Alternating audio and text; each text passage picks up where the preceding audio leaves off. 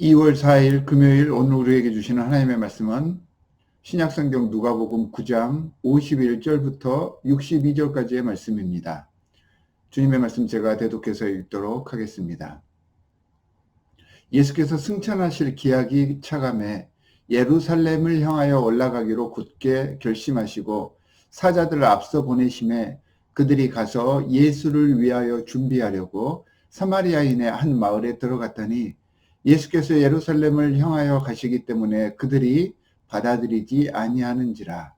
제자 야고보와 요한이 이를 보고 이르되 주여 우리가 불을 명하여 하늘로부터 내려 저들을 멸하라 하기를 원하시나이까. 예수께서 돌아보시며 꾸짖으시며 함께 다른 마을로 가시니라. 길 가실 때에 어떤 사람이 여짜오되 어디로 가시든지 나는 따르리이다. 예수께서 이르시되 여우도 굴이 있고 공중에 새도 집이 있으되 인자는 머리 둘 곳이 없도다 하시고 또 다른 사람에게 나를 따르라 하시니 그가 이르되 나로 먼저 가서 내 아버지를 장사하게 허락하옵소서. 이르시되 죽은 자들로 자기의 죽은 자들을 장사하게 하고 너는 가서 하나님의 나라를 전파하라 하시고 또 다른 사람이 이르되 주여 내가 주를 따르겠나이다마는 나로 먼저 내 가족을 작별하게 허락하소서. 예수께서 이르시되 손에 쟁기를 잡고 뒤를 돌아보는 자는 하나님의 나라에 합당하지 아니하니라 하시니라. 주님의 말씀입니다. 예수께서 그 마지막 날이 다가옴을 이제 느끼시고 예루살렘으로 갈 것을 결단하십니다. 그 예루살렘에 가는 여정 중에 사마리아를 지나서 예루살렘으로 가야겠다 이렇게 계획을 하셨습니다. 그런데 오늘 본문 53절에 보니까 사마리아인들이 예수님과 예수님의 일행이 예루살렘으로 가신다고 하니까 그들을 받아들이지 않았다라고 성경은 이야기를 하고 있습니다. 여기에는 이유가 있습니다. 사마리아인들이 예수님을 받아들이지 않은 것은 예수님과 예수님 그 일행이 자신들이 믿고 자신들이 섬기고 자신들이 알고 있었던 성산, 거룩한 산, 자기 지역에 있던 그 그리심산에 가서 예배를 드리려고 하지 않고 예루살렘으로 가서 예배를 드린다라고 생각을 했기 때문입니다. 그 당시 사마리아 사람들은 아브라함이 이삭을 제물로 바치려 했던 그 그리심산만이 하나님께서 선택하신 유일한 장소라고 그렇게 생각을 했었습니다.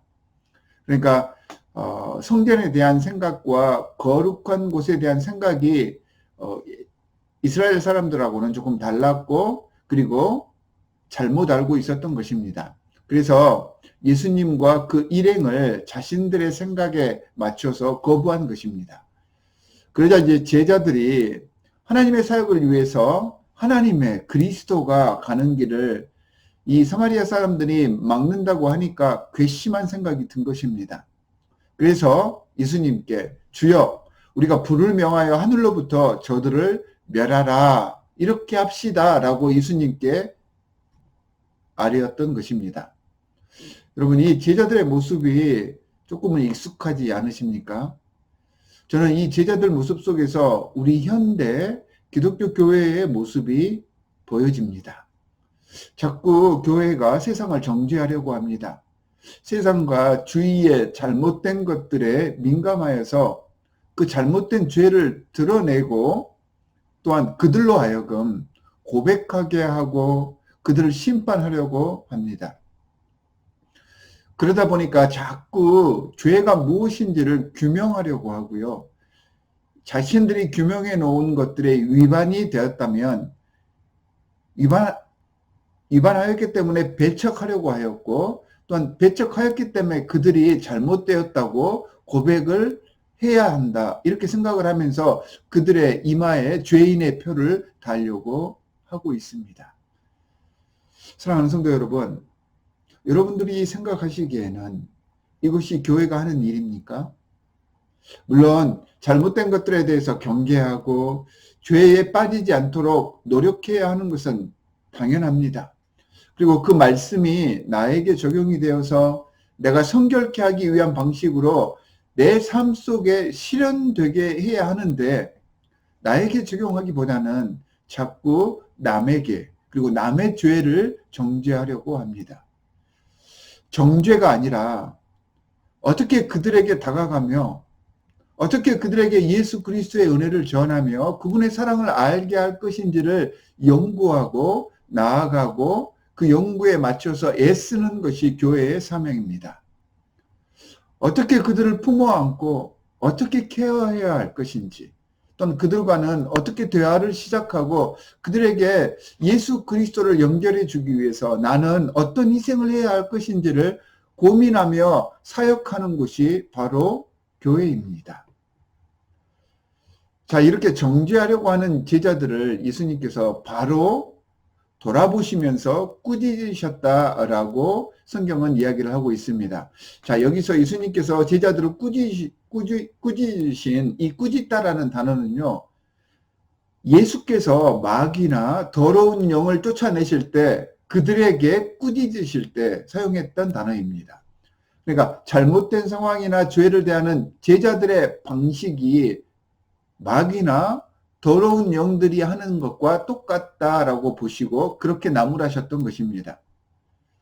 그리고 나서 예수님께서는 사마리아를 거치지 않고 예루살렘으로 가실 때 돌아가십니다.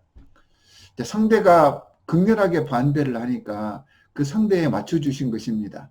아직 때가 아니기 때문에 그들을 위해서 양보하시고 그들에게 배려를 하셨던 것입니다. 사실 이것이 참 신앙인의 이 세상을 살아가는 태도입니다.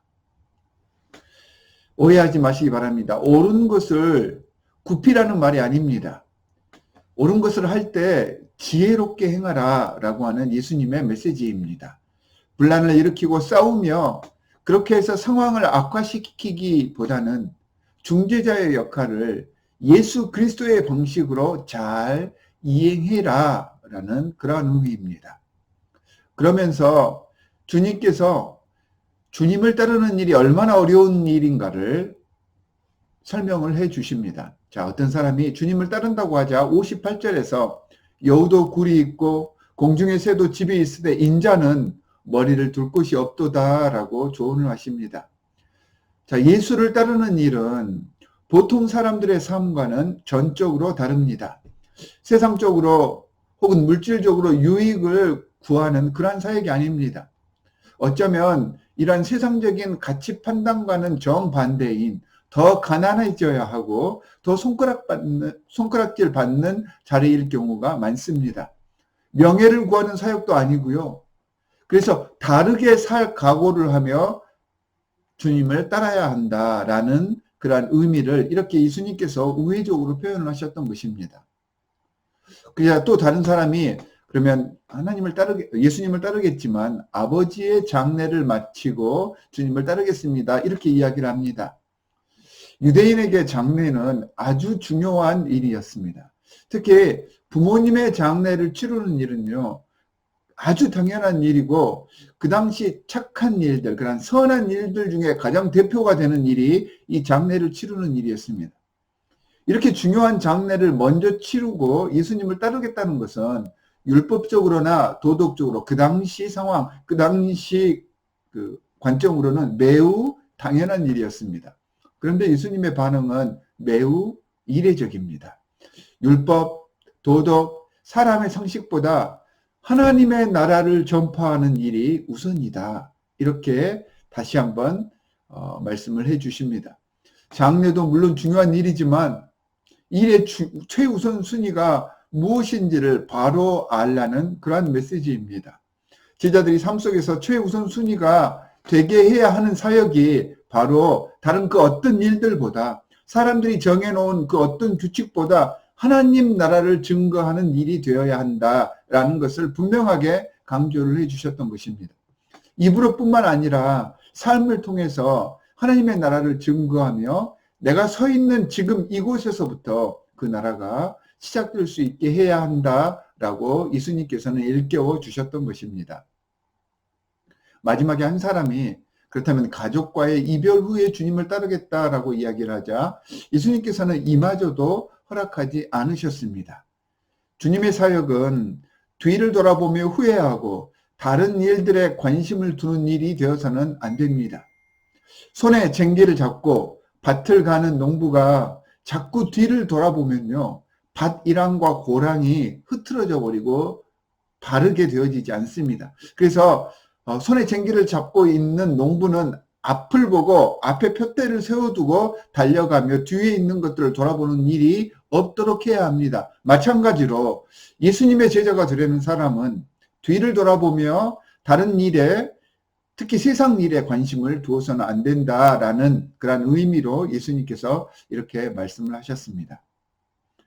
주님의 제자가 되는 일은 엄청난 은혜이고 놀라운 축복입니다. 하지만 그렇기 때문에 간단하고 쉬운 일이 아닌 것입니다. 우리는 주님께 은혜와 복을 자꾸 간구합니다. 그러면서 은혜와 복을 감당할, 그 은혜와 복을 담아낼 수 있는 내 그릇을 준비하지 않을 때가 많습니다. 아무리 부어주시면 뭐합니까? 그릇이 깨져서 우리에게 임한 그 모든 은혜와 복이 다 새버리는데요. 오늘 말씀을 통해 주님을 따르는 제자의 각오를 알려주신 것은 복받기 힘들고 은혜 받기가 쉽지 않다는 것을 강조하신 말씀이 아니고요. 주께서 베풀어 주실 놀라운 은혜가 온전히 주님을 따르는 이들에게 적용되기를 간절히 바라셔서 당부하시는 부탁의 말씀임을 이해하시기 바랍니다. 주님은 복 주시기를 원하시며 주님의 자녀들이 은혜 안에서 예수 그리스도의 사랑으로 성장하기를 바라고 계십니다. 악한 영들이 틈타지 않고 항상 승리하는 백성들이 되시기를 바라시고, 주님의 이러한 의중을 깨달으신다면 우리에게 제자의 도를 요구하시는 주님의 말씀을 더 감사하는 마음으로, 기쁜 마음으로 받아들일 수 있게 될 것입니다. 오늘 하루 이 은혜의 충만함을 경험하시는 하루가 되시기를 바랍니다. 주께서 우리의 매 순간 함께 해 주시고 우리를 승리하게 해 주실 것입니다. 두 가지 기도 제목 드리도록 하겠습니다. 오늘 기도하실 때 교회의 사명, 제자의 사명을 바로 알아서 주님 앞에 온전한 그릇이 되어 주님의 은혜를 감당하며 하나님 나라를 이 땅에 증거하는 삶이 되게 해 주십시오 라고 기도해 주시기 바랍니다.